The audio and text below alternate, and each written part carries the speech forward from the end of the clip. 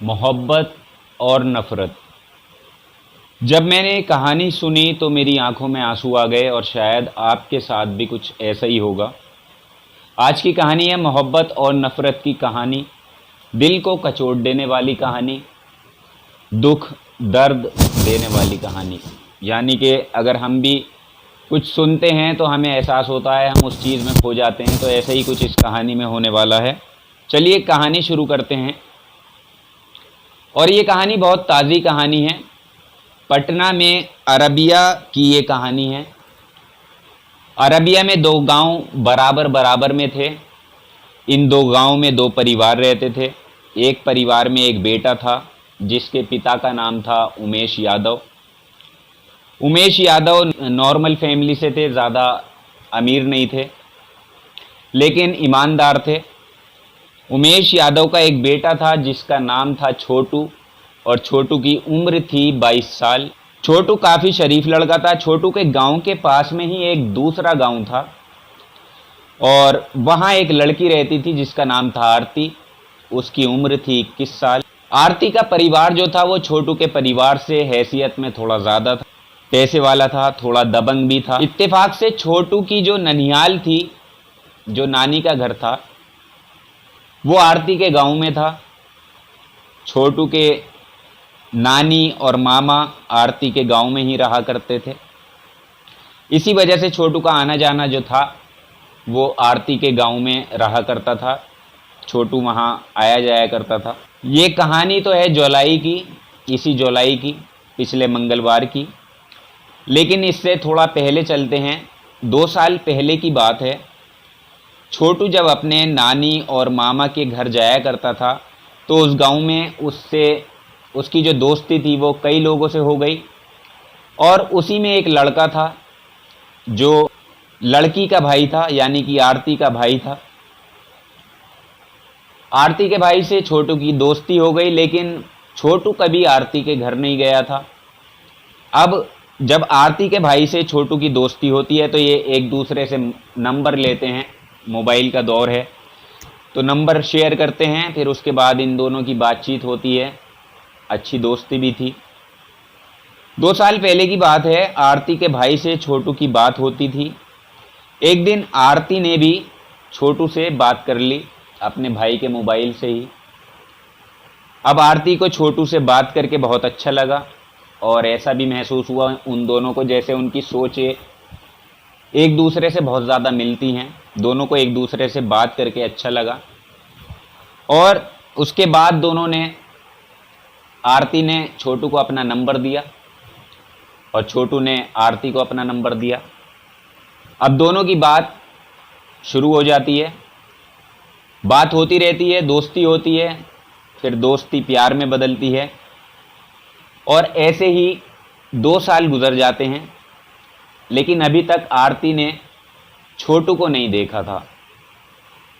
आरती घर से कम निकलती थी और छोटू भी अपने मामा के घर जब जाता था तो वो मामा के घर जाता था, आरती के घर पे जाता नहीं था। मामा के घर से सीधा वो अपने घर आ जाया करता था, अपने गांव आ जाया करता था।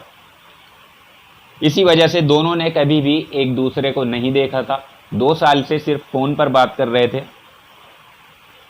और अभी छोटू कुछ करता भी नहीं था, अपने माँ बाप पे डिपेंडेंट था, तो उम्र भी कम थी। तो आरती छोटू से कहती है कि तुम एक अच्छी नौकरी ढूंढो और जब तुम्हारी एक अच्छी नौकरी लग जाएगी तब हम शादी कर लेंगे। दोनों इस बात से सहमत थे। अब इस दौरान इनकी मोहब्बत की दास्तान घर वालों को पता चलती है, ख़ास तौर से आरती के घर वालों को पता चलती है और आरती के भाई को पता चलता है और भाभी को पता चलता है। अब आरती के भाई और भाभी दोनों ही इस रिश्ते से खुश नहीं थे, वो छोटू को पसंद नहीं करते थे। बात वही थी मोहब्बत और नफ़रत की। बीच में जो पहली चीज़ आती है दौलत, हैसियत।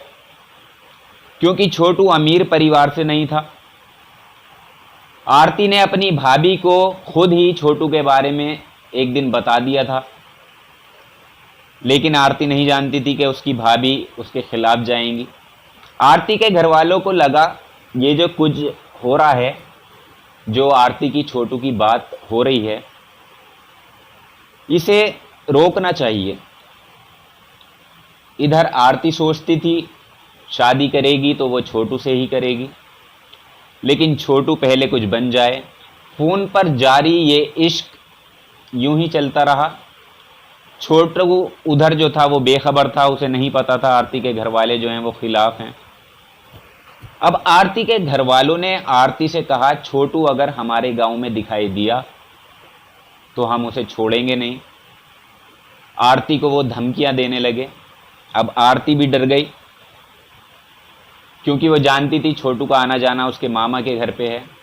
अब वो छोटू से बात करती है और छोटू से कहती है, समझाती है कि तुम हमारे गांव में मत आया करो, क्योंकि मेरे जो घर वाले हैं वो तुम्हारे दुश्मन बन गए हैं और वो कुछ भी कर सकते हैं, तो इसलिए तुम गांव में आना छोड़ दो। लेकिन एक तरफ छोटू का प्यार था, दूसरी तरफ उसकी ननियाल थी, उसके मामा का घर था, नानी का घर था। तो छोटू ने आरती को समझा दिया और कह दिया, तुम फिक्र मत करो, ऐसा कुछ नहीं होगा। इत्तेफाक से अभी कुछ दिन पहले ही छोटू अपने मामा के घर आता है। इसी जुलाई का महीना था और इसी पिछले मंगलवार की बात है। छोटू अपने मामा के घर आता है, शाम का समय था। जब मामा के घर में छोटू अंदर जा रहा था तो आरती की भाभी जो है वो छोटू को मामा के घर जाते हुए, अंदर जाते हुए देख लेती है। अब आरती की भाभी घर आती है और घर में अपने पिता से, यानी कि अपने ससुर से और अपने पति से कहती है कि छोटू गांव में आया हुआ है।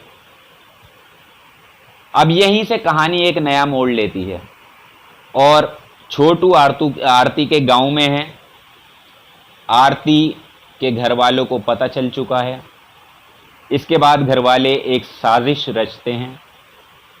वो आरती से कहते हैं, छोटू गांव में है, तू उसे घर बुला ले। आरती पूछती है, क्यों बुला लूं? तो घर वाले कहते हैं कि देख, पहले हम तैयार नहीं थे, छोटू हमें अच्छा नहीं लगता था, हमारे लेवल का नहीं था, लेकिन अब हम तुम्हारे प्यार को समझ गए हैं, तो छोटू को तू यहाँ बुला ले। हम तेरी तारीख की भी बात कर लेंगे, शादी की, रिश्ते की, सबकी बात कर लेंगे। अब आरती ये बातें सुनकर खुश हो जाती है, लेकिन आरती थोड़ी सी अनजान भी थी। वो नहीं जानती थी उसके घर वालों के दिमाग में एक सोच चल रही है। तो आरती जो है छोटू को फ़ोन करती है और छोटू से कहती है, छोटू तुम घर पर आ जाओ और हमारे घर वाले हमारा रिश्ता करना चाहते हैं, रिश्ते के लिए घर पे बुला रहे हैं, तुमसे मिलना चाहते हैं और इसी बहाने हम दोनों पहली बार एक दूसरे को देख भी लेंगे। मोहब्बत की दास्तान दोस्तों कुछ ऐसी थी कि एक दूसरे को अब तक दोनों ने नहीं देखा था और दोनों बेपनाह मोहब्बत एक दूसरे से करते थे। कहते हैं मोहब्बत शक्ल सूरत से नहीं होती, दिल से होती है, तो वही उनकी मोहब्बत थी। आरती घर वालों की बातों में आकर छोटू को अपने घर पे बुला लेती है और फिर छोटू से पूछताछ करते हैं घर वाले। आरती के पूछते हैं, तुम आरती से प्यार करते हो? छोटू कहता है, जी हाँ, मैं प्यार करता हूँ और मैं आरती से शादी करना चाहता हूँ। अब आरती से पूछा जाता है, आरती भी कहती है, जी हाँ, मैं इनसे प्यार करती हूँ और इन्हीं से शादी करूँगी। तो आरती जो है फ़ोन पर छोटू को बाबू बुलाया करती थी। दोनों की बातें सुनकर आरती के घर वाले छोटू पर टूट पड़ते हैं और छोटू को बुरी तरह से मारने लगते हैं, डंडे से, सरिये से। अब आरती जो है एकदम घबरा जाती है और बीच बचाव कराती है। आरती बीच में आती है, वो आरती को भी मारते हैं और उसके बाद आरती को कमरे में बंद कर देते हैं ले जाकर। आरती को भी गंभीर चोट आई थी, लेकिन वो चिल्ला रही थी। आरती को कमरे में बंद कर दिया जाता है और छोटू को दूसरे कमरे में लेकर वो चले जाते हैं। अब उसके बाद वो दोबारा छोटू को पीटना शुरू करते हैं और छोटू से कहते हैं, तेरी औकात है जो तू आरती से शादी करने का सपना देख रहा है, आज हम तेरा ये सपना पूरा ही करेंगे। आरती के घर वाले छोटू के कमरे से बाहर निकलते, फिर कमरे को खोलते, फिर अंदर जाते, फिर मारते, फिर बाहर निकलते, फिर थोड़ी देर के बाद फिर अंदर जाते, फिर मारते, फिर बाहर निकलते। यही चल रहा था। उधर आरती चिल्लाती रही, मुझे छोड़ दो, मुझे मेरे बाबू के पास जाना है, मेरे बाबू को मत मारो। लेकिन आरती को भी उन्होंने डांट दिया। इत्तेफाक से आरती के पास मोबाइल फ़ोन था। उसे लगभग सुबह 5 बजे छोटू की सिस्टर को आरती जो है वो फ़ोन मिलाती है और वहाँ वो छोटू को आकर बचा लें उसकी बहन से कहती है और कहती है तुम अपने पापा को फ़ोन दो। पापा से भी बात होती है छोटू के, उमेश यादव से। उमेश यादव से कहती है अंकल आप जल्दी से मेरे घर आ जाएं, छोटू को कमरे में बंद कर रखा है और बहुत मार रहे हैं, छोटू को आकर जल्दी से बचा लीजिए। अब छोटू के घर वाले घबरा जाते हैं और हड़बड़ाकर वो निकलते हैं आरती के गांव की तरफ। अब वो आरती के गांव में पहुंचते हैं। सबसे पहले वो मामा को जाकर उठाते हैं। अच्छा, मामा को भी आरती के बारे में और छोटू के बारे में जानकारी थी, पहले से पता था, लेकिन छोटू मामा के सोने के बाद गया था, रात का वक्त था। तो छोटू के मामा और छोटू के पिता ये सब लोग आरती के घर जाते हैं। वहाँ जब वो घर जाते हैं तो दरवाज़ा बंद था। वो आवाज़ देते हैं, कोई दरवाज़ा नहीं खोलता। फिर छोटू के पिता घर के पीछे जाते हैं और उन्हें एक खिड़की दिखाई देती है, खुली हुई खिड़की दिखाई देती है। वो उसके अंदर जो देखते हैं तो उनसे देखा नहीं जाता, क्योंकि छोटू जो है अंदर पड़ा हुआ था, जख्मी पड़ा हुआ था और तड़प रहा था। उमेश यादव यानी छोटू के पिता छोटू को आवाज़ देते हैं, रोकर आवाज़ देते हैं। छोटू धीरे से आंखें खोलकर बाप को देखता है और बाप से कहता है पापा मुझे पानी पिला दो। अब उमेश यादव छोटू को ये पिता गिड़गिड़ाते रहते हैं, कहते हैं मेरे बेटे को कोई पानी पिला दो। लेकिन आरती के घर वाले उन्हें भी धमकी देते हैं और कहते हैं तुम यहाँ से चले जाओ वरना हम तुम्हारा भी यही हाल करेंगे।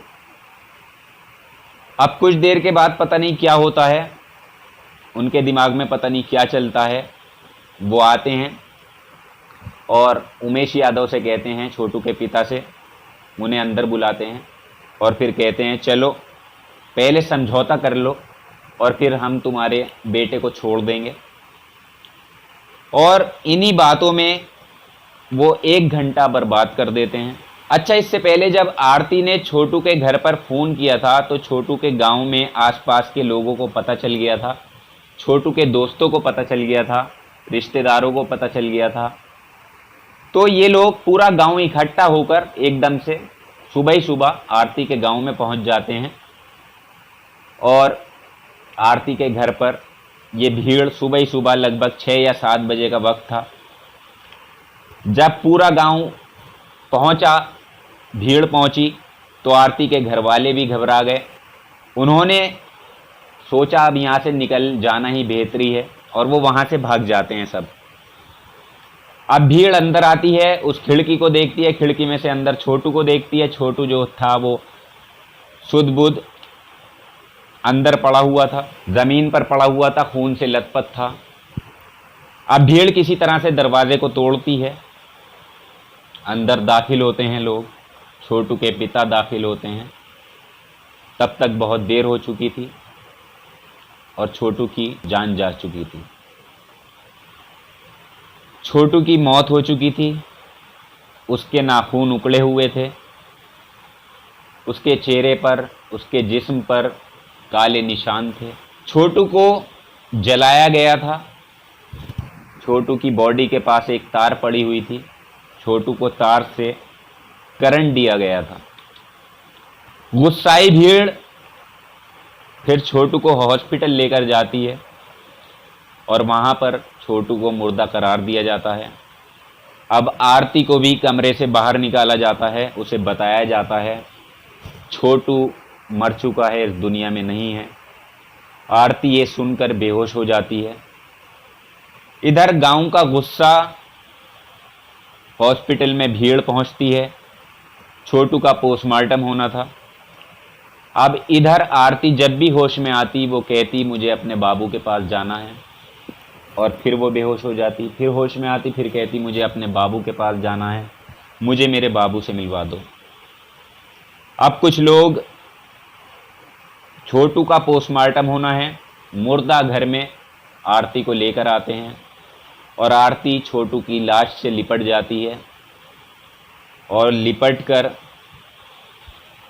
रोने लगती है और कहती है छोटू तुम मुझे छोड़कर ऐसे नहीं जा सकते, और तुम्हारे साथ साथ मुझे भी मरना है।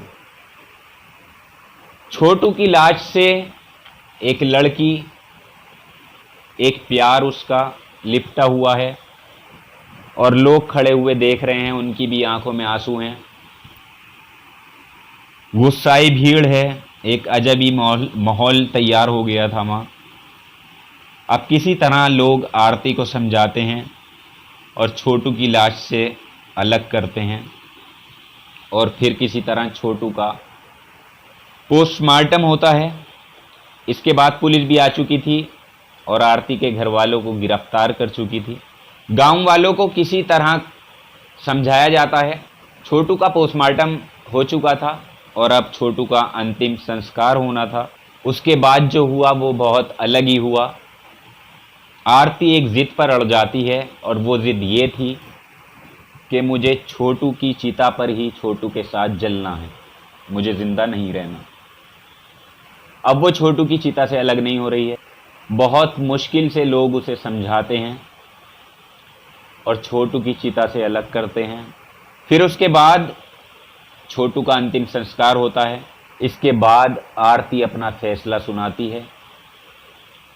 आरती ने कहा ठीक है मैं नहीं मरूंगी, लेकिन अब मैं उस घर में कभी नहीं जाऊंगी जिस घर में मेरे बाबू को मुझसे जुदा किया गया है, जिस घर ने मेरे बाबू का कत्ल किया है, जिस घर ने मेरे प्यार को छीना है। मैं छोटू के घर जाती, डोली में जाती, लेकिन मेरे घर वालों ने छोटू की अर्थी ही उठा दी। तो अब मैं दूसरी शादी करूंगी ये तो नामुमकिन है, मैं किसी और से शादी करूं इसका तो सवाल ही नहीं है। और छोटू का घर ही मेरा घर है और मैं छोटू की विधवा बनकर जिंदगी गुजारूंगी। और कमाल देखिए, जिसके बेटे को जिस लड़की के घर वालों ने मौत के घाट उतारा, उस छोटू के पिता उमेश यादव ने भरे गांव के सामने ये कहा आज से आरती मेरी बहू या मेरी बेटी नहीं है, बल्कि मेरा बेटा है, मेरा छोटू है, और मैं हमेशा आरती को अपना बेटा समझूंगा। मैं ये सोचूंगा कि मेरा बेटा मुझसे अलग ही नहीं हुआ है। और उमेश यादव ने आरती का प्यार देखा। उसके बाद उमेश यादव आरती का इलाज कराते हैं। आरती उमेश यादव के साथ चली जाती है। एक प्राइवेट नर्सिंग होम में उमेश यादव आरती का इलाज कराते हैं। और अभी ये भी खबर फैल गई थी, वायरल हो गई थी कि आरती की भी डेथ हो गई है, लेकिन ये गलत थी खबर। आरती ठीक है। उमेश यादव ने आरती का इलाज कराया है। अब वो घर पे लेकर आ गए हैं आरती को। आरती अब छोटू की विधवा बन के उमेश यादव के घर पे है, और उमेश यादव का यही कहना है आरती मेरा बेटा है और ये मेरा बेटा बनकर ही रहेगी, और मैं इसे वही बेटे का प्यार दूंगा। मेरा बेटा तो इस दुनिया में नहीं रहा, लेकिन यही मेरा बेटा है। तो ये थी मोहब्बत की दर्द भरी एक ताज़ी कहानी, पिछले ही मंगलवार की कहानी। जुलाई में ये इंसिडेंट हुआ, पिछले मंगलवार को। तो दोस्तों, इस कहानी को लेकर आपकी क्या राय है, आप हमें कमेंट सेक्शन में ज़रूर लिखें। और ऐसा क्यों होता है, क्यों एक मोहब्बत को अपनी मोहब्बत से जुदा कर दिया जाता है, क्यों नहीं समझते लोग, और यहाँ तक पहुँच जाते हैं कि वो अपने बच्चों की खुशियाँ क्या समझेंगे, बल्कि अपने बच्चों की जान ले लेते हैं। इन लोगों ने आरती की ज़िंदगी बर्बाद की, छोटू की जान ली, उमेश यादव को एक सदमा दिया और ख़ुद अब सलाखों के पीछे हैं। तो ये थी कहानी, मोहब्बत की दर्द भरी कहानी। मिलेंगे आपसे अगली कहानी में बहुत जल्द। ये हमारा नया चैनल है, चैनल को सब्सक्राइब ज़रूर कर लें और अपने दोस्तों में शेयर करें। ऐसी ही कहानियाँ हम आपके लिए लाते रहेंगे। क्राइम की कहानियाँ होंगी, लव स्टोरीज़ होंगी, रेप की स्टोरीज़ होंगी, सच्ची घटनाएं हम आपके बीच लेकर आएंगे। सच्चाई का सामना हम आपसे कराएंगे। तो चैनल को सब्सक्राइब कर लें। अपना और अपनों का ख्याल रखें, सुरक्षित रहें। जय हिंद।